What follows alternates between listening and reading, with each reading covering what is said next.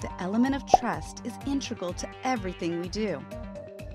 We could not get out of bed, go anywhere, let alone communicate with anyone if trust didn't exist in some form. Historically, we trusted third parties when we didn't know who we were dealing with. Trust has evolved, as have the third parties. It has moved from the physical to the digital arena, cloud computing, social media, Careem, Airbnb, e-commerce. Today, we are commencing into a new era of trust. We now trust the power of cryptographic computing, or better known as blockchain. So why are we trusting the algorithmic blockchain? We need faster, safer, and more efficient means of transacting and exchanging information and value. Third parties and proprietary information no longer offers trust efficiently. The blockchain resolves this dilemma because it is a technologically innovative tool that can be used either as a decentralized historical ledger or a decentralized database, or both at the same time. We can put anything on the blockchain and attach value to it.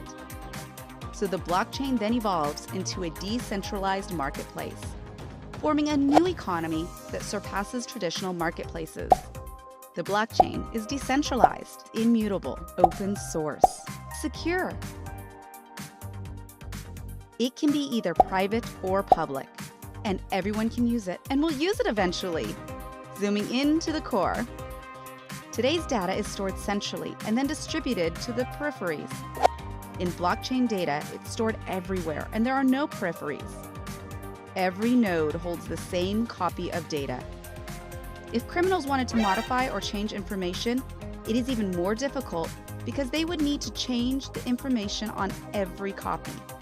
Critical records such as patient data will not get compromised. What's more, this data is historical, so that each time it is changed, a copy of the old version exists on the chain. Blocks are added and chained to each other. What are we chaining? The referencing of one block of information to the next or the last is called hash value.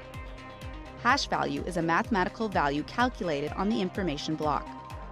If hash value changes, it means information has changed along with it. If you try and change the hash value or information, it will not match with the old hash value. That is why we call the data immutable.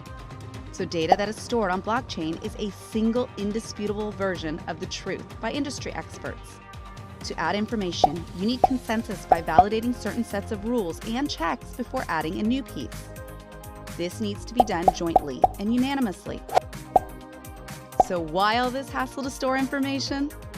The issue of ownership and the transfer of ownership, be it a physical asset, cash, or even a digital asset, has always taken not only a lot of effort to carry out, but in some cases, parties remain unsure who owns what and when that ownership took place.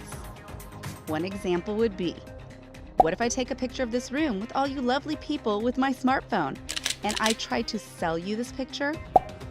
This picture is a digital asset. How will you ensure that I don't have a copy of this picture after I have sold it to you and I don't commercially benefit from it after selling it to you? Blockchain's first ever use case was for trading cryptocurrency called the Bitcoin.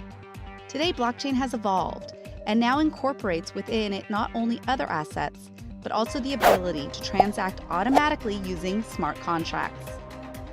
Many countries, private companies, are beginning to unlock the power of the blockchain. And we hope that you can too, because in the age of digitization, we either move forward or become obsolete.